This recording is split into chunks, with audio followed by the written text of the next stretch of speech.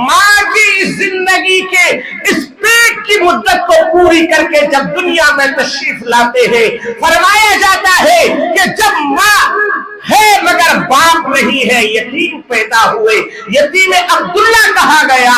और मक्के की यह हालत थी कि वहां पर माए अपने बच्चों की अच्छी परवरिश करने के लिए देहात में भेज देते। इसी तरह के बयाना सुनने के लिए मौलाना मुनव्वर हुसैन सिद्दीकी ऑफिशियल को सब्सक्राइब करें।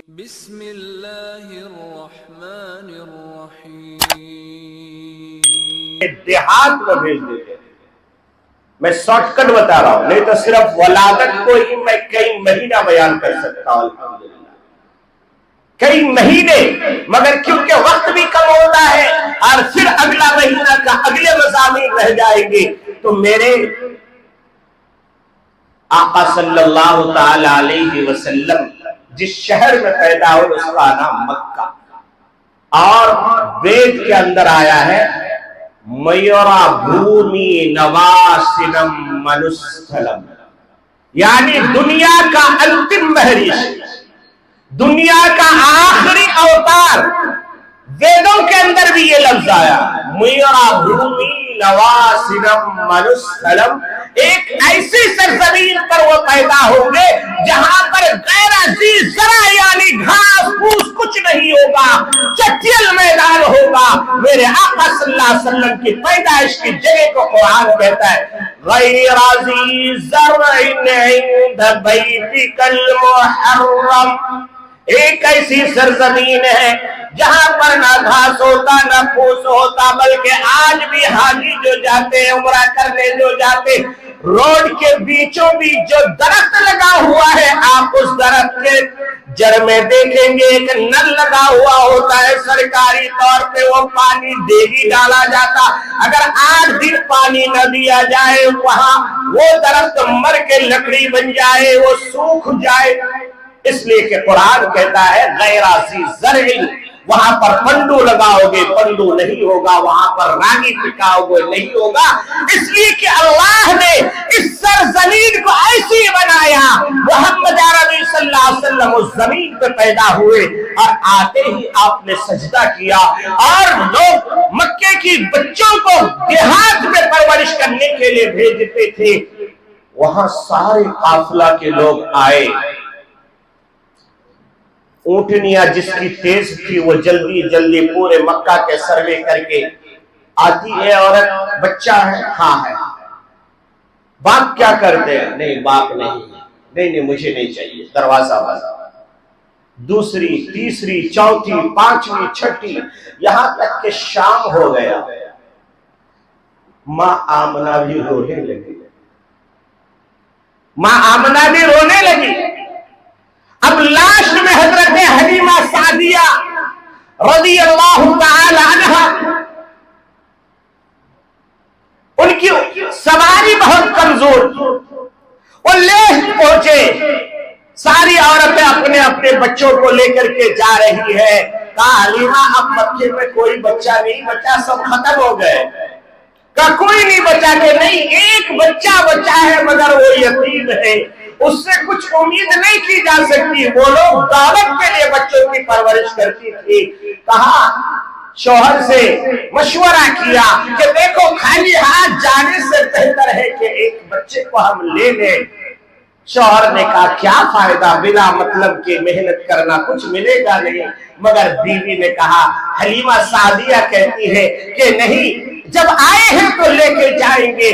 दरवाजा आके खटखटाते हैं, हजरत आमना अंदर से कहती है मन दक्कल बाब, दरवाजे पे दस्तक देने वाले कौन, क्या बात क्यों आई हो? कहा कि हम आपके बच्चे को लेना चाहते हैं। माँ आमना कहती है कि मेरा दिल का टुकड़ा टुकड़ा हो चुका है और ज्यादा जख्म में नमक मत लगाओ, इसलिए कि मेरा बच्चा यतीम है और तुम लोग ही नहीं, खामखाही हमारे टाइम वक्त जाये होगा। मगर हजरत हलीमा सादिया कहती है ऐ मेरी बहन जरा दरवाजा तो खोलो, जरा उस बच्चे को तो मैं देख तो लो। हजरत हलीमा सादिया कहती है कि जब मैंने बच्चे को देखा तो बच्चे को देखने के बाद पता ये चला कि ये तो दुर्र यतीम है, ये तो यक्काए मोती है, ये तो चमकता हुआ हीरा है। फौरन मैंने उस बच्चे को उठाया, अपने सीने से चिमटाया, उसको पहुंचा दिया और देने के बाद हमने कोई उजरत की बात नहीं की, बल्कि आमना से कहा कि हम इस बच्चे को लेने के लिए तैयार हैं।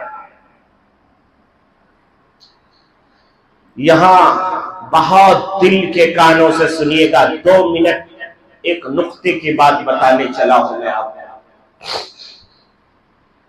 हजरत हलीमा सादिया उस बच्चे को लेती है, सीने से चिमटाती है, गोद में उठाती है और लेके शौहर जो बाहर सवारी के साथ इंतजार कर रहा था उसके पास जाती है। और हलीमा सादिया को ऐसा लग रहा है कि आज दो जहां की दौलत उसको मिल गई है, इतनी खुशी खुशी मचल रही है। क्या ना हो जिसके बारे में खुद अल्लाह कहता है लौला कलम्मा खलक़तुल अफ़लाक, ओ दुनिया वालों, अगर मैंने मोहम्मद को न बनाना होता तो न ये जमीन को बिछाता, न आसमान को सजाता, न फूलों को महकाता, न चिड़ियों को चहकाता, न सूरज को चमकाता, न चांद को चमकाता, न समंदर में खारापन होता, न शक्कर में मीठापन होता, न शहद की मक्खियों की भी मिलावट होती, न दुनिया का कोई निजाम होता, न ये मस्जिद आयशा होती, न मस्जिद में नमाज पढ़ने वाले होते, न कोई बयान करने वाला होता। ये सारा निजाम कारखाना मैंने इसी बच्चे के तुफैल में बनाया है। अगर इस बच्चे को न पैदा करना होता तो मैं कुछ नहीं बनाता।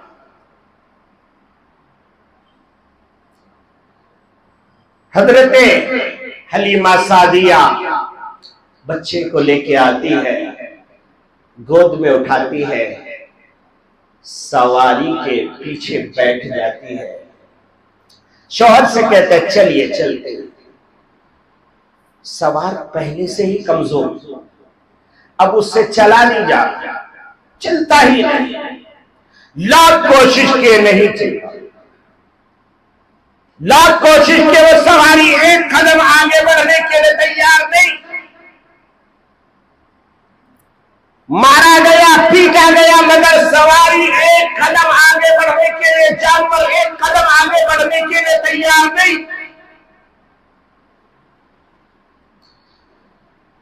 मुसलमानों, मस्जिद आयशा में बैठकर सीरत का बयान सुनने वालों, अगर दिल है और दिल में मोहम्मद की मोहब्बत है तो आज फैसला करके उठना।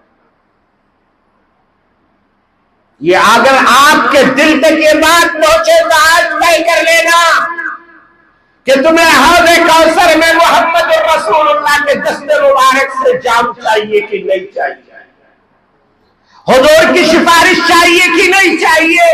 याद रखना, हुजूर के सिफारिश के बगैर कोई जन्नत में नहीं जा सकता।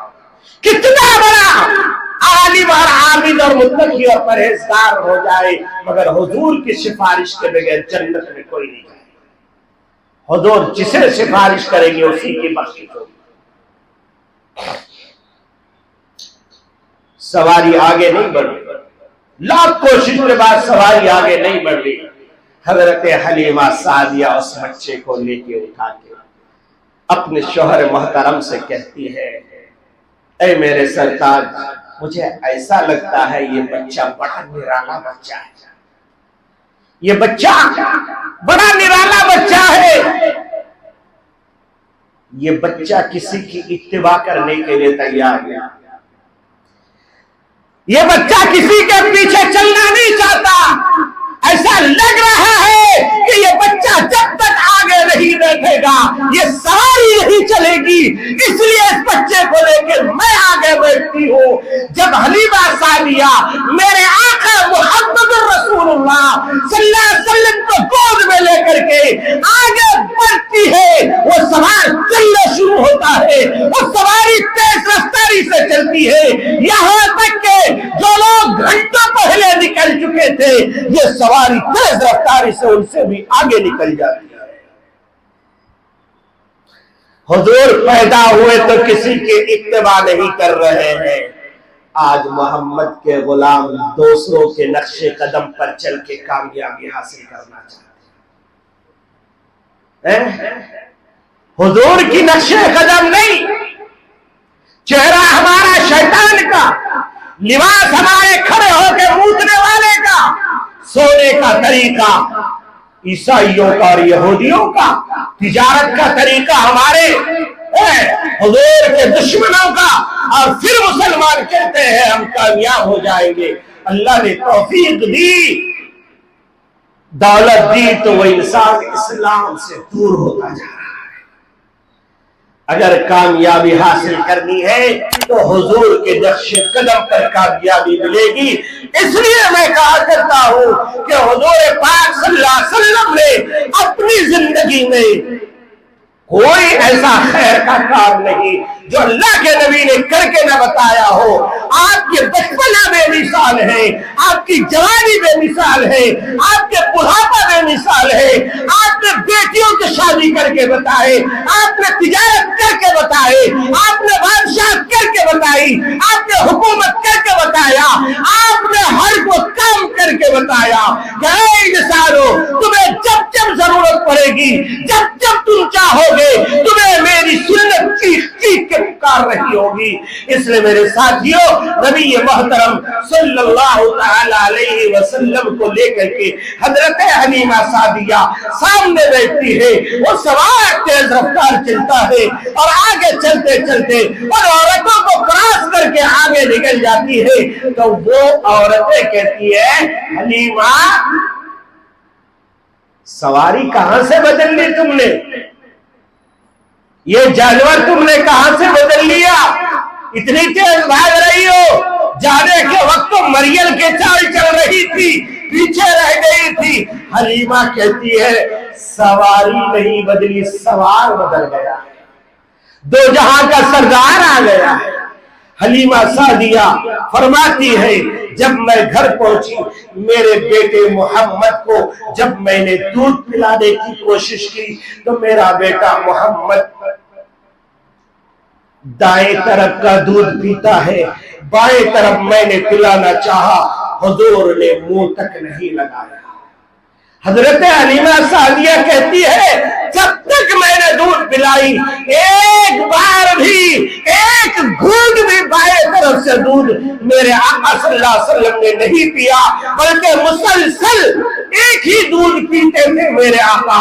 दस ये दे रहे थे कि ऐ हलीमा, ऐ मेरी अम्मी जान, एक हिस्सा मेरा है, एक हिस्सा मेरे भाई का है। बचपन में ये आलम है।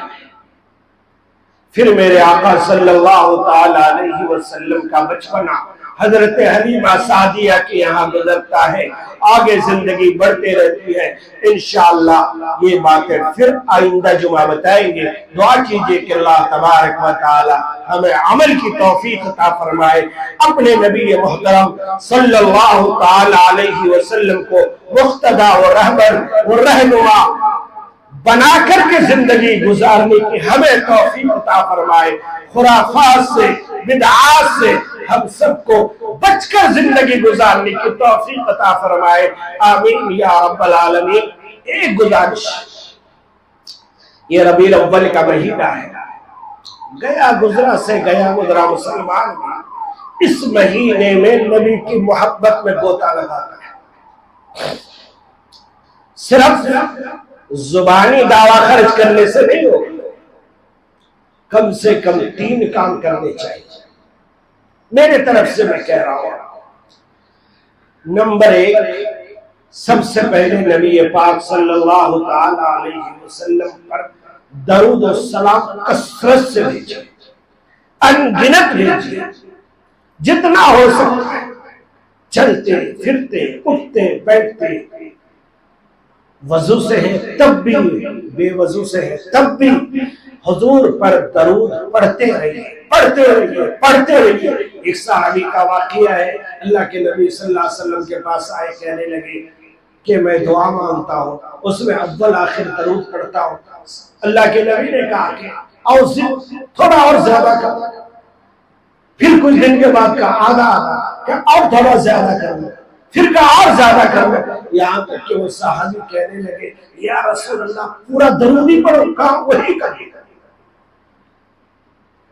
एक तो ये काम, दूसरा ये काम करे, सीरत की कोई ना कोई एक किताब इस महीने में अव्वल का आखिर जरूर पढ़ेंगे इंशाअल्लाह। अव्वल का आखिर सीरत की कोई एक किताब, छोटी हो या मोटी हो, जो आपकी बस में हो। खातिमुन नबिय्यीन है, रहमतुल लिल आलमीन है, रहमत आलम है, बेशुमार किताबें है सीरत की। जिस मसलक के आप हैं उसी मसलक के मौलवी को पढ़ो। मैं नहीं कहूंगा कि मेरे मसलक का पढ़िए, मसलक का कोई झगड़ा नहीं। जिस मसलक को आप मानते हैं उसी मसलक के किसी भी मौलवी का एक किताब जो सीरत पर लिखी गई है उसको आप जरूर पढ़ेंगे इंशाअल्लाह। पढ़ेंगे ना सब इंशाअल्लाह। जिस जुबान में चाहे उस जुबान में मिल जाएगी, और नहीं तो इंटरनेट में मिल जाएगी आपको, वो पढ़ेंगे। ये दो काम हो गए, दरूद और एक सीरत की किताब। तीसरे नंबर पे एक काम ये करना है कि बिरादराने वतन को जो आपके करीब में रहते हैं, आप उससे दोस्ती बढ़ा करके हुजूर पाक सल्लल्लाहु ताला अलैहि वसल्लम के जिंदगी के कुछ वाक़यात, चाहे लिखित रूप में या जुबानी तौर पर, उनको आप सुनाइए। जिस दिन आप ये काम करना शुरू कर देंगे, वो आपका दुश्मन भी रहा वो दोस्त बन जाएगा। और उनको बताइए आपकी जो आसमानी किताबें हैं, यजुर्वेद है, अथर्ववेद है, सामवेद है, ऋग्वेद है, इसी तरह ईसाई है तो उनको बोलिए कि लुका का इंजील, बुराका का इंजील, यूहन्ना का इंजील, बरनबास का इंजील, जिस किताब में भी आप चाहे मेरे आका सल्लल्लाहु अलैहि वसल्लम का तज़किरा वहां पर आपको मिल जाएगा। ये सारी काम अगर हमने करना शुरू कर दिया, आइंदा आने वाली जिंदगी आपका दोनों हाथ से स्वागत करेगी। और अगर नहीं कर रहे तो फिर हम अजनबी के अजनबी रह जाएंगे। अल्लाह हमें अमल की तौफीक अता फरमाए। आमीन व आखिर दावाना अल्हम्दुलिल्लाहि रब्बिल आलमीन।